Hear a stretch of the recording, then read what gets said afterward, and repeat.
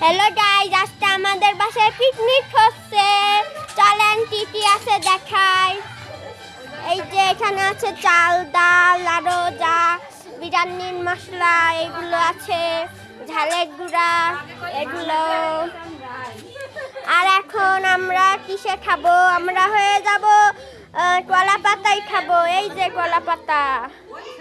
এখন রান্না বান্নার ব্যাপারে যাই। এই যে এখানে রান্না বান্না হচ্ছে, তারপরে এই যে রান্না হচ্ছে আর নাচ গানও হচ্ছে, আপনারা শুনতে পাচ্ছেন।